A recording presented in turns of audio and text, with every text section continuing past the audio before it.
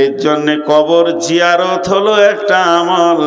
দলিল শুনেলেন আল্লাহর নবী কখনো কখনো রাত্রিতে উঠে গারকুল বাকিতে চলে যেতেন, কখনো কখনো উহুদের প্রান্তে যেখানে 70 জন লাশ শুয়ে আছে সেখানে চলে যেতেন। আম্মা জানা এসা বলছেন, আমি বিছানায় যখন 2-1 দিন পেতাম না, তখন মনে মনে ভাবতাম না জানি নবী আমার অন্য কোনো বিবির বাড়িতে চলে গেছেন কিনা। তাই আমি একদিন করলাম কি, ঘুমানোর ভান করে পড়ে আছি আর দেখব নবীজি যেন অন্য সতীনের বাড়ি না চলে যায়। 17-18 বছরের কচি মহিলা আম্মু জান ঘুমানোর ভান করে পড়ে আছেন। বিশ্বনবী গভীর রাতে উঠেছেন, উঠার পরে তিনি হাত মুখ কুচলি উজু টুজু করে কাপড় চাদর গায়ে দিয়ে বের হতে শুরু করেছেন। এমন সময় আম্মা জানা এসাও বলছেন, আমি গোপনে গোপনে রসুলের পেছন দিয়ে হাঁটতে শুরু করলাম। নবীজি জানেন না আমি তার পেছনে রয়েছি।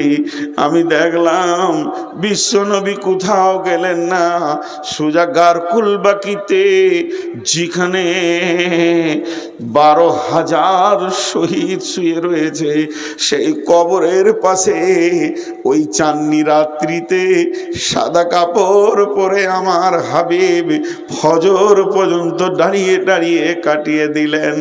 আমরা কখন রেখে এসেছি মাকে, কখন রেখে এসেছি আব্বাকে, কখন রেখে এসেছি নানি নানা দাদি দাদাকে, এখনো আমাদের সময় হয় না তার একবার খবর নেই।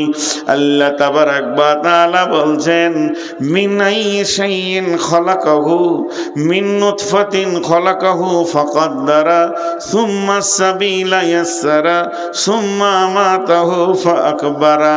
মিন আইয়িন খালাকাহু, কোন জিনিস থেকে তোমাদেরকে আমি বানিয়েছি। মিন নুতফাতিন খালাকাহু ফাকাদ্দারা, মা বাপের বীর্য থেকে বানিয়েছি, এত সুন্দর চেহারা দিয়েছি। সুম্মা আমাতাহু ফাআকবারা, আবার তোদের এই চেহারাটাকে আমি মারব, লাশ বানিয়ে তোদেরকে কবরে ভরব। আল্লাহর চ্যালেঞ্জটা দেখেন। মিন আইয়িন খালাকাহু মিন নুতফাতিন খালাকাহু ফাকাদ্দারা সুম্মা সাবিলা ইয়াসসারা সুম্মা আমাতাহু ফাআকবারা।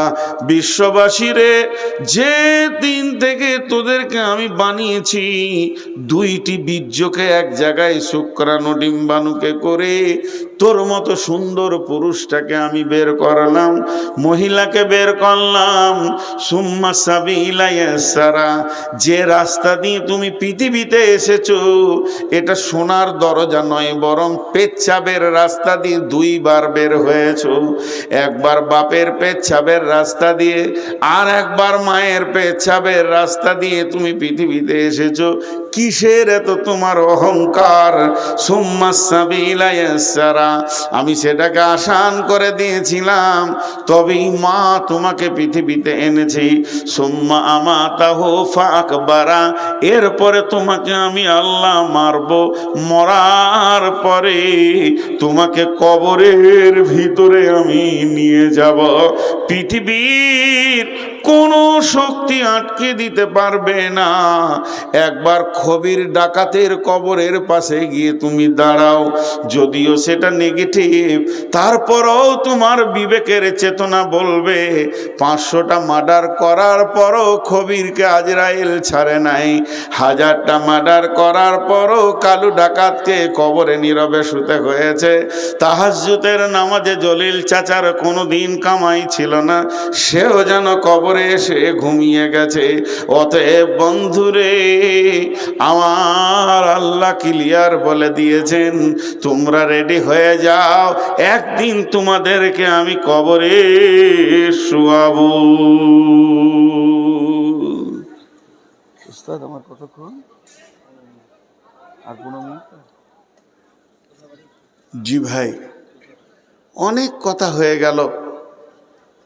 আল্লাহ বলেছেন, ওইজাল কবুর বুসিরাত, আমি কবরওয়ালাদেরকে একদিন তুলবই। শুধু তুলবো নয়, তুলবই।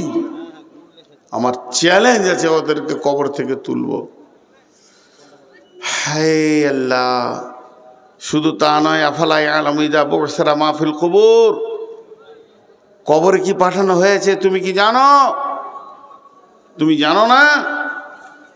অনেক অনেক অনেক অনেক কথা। শেষবারের মতো আমি হৃদয় খুলে একবার বলছি, সেই কবরে যাওয়ার আগে কিছু পুঁজি তৈরি করতে হবে। সময়ের ওপরে কাঁটাতে ঘড়ি ঘুরছে, আপনাদের মেন বক্তা পৌঁছে গেছেন।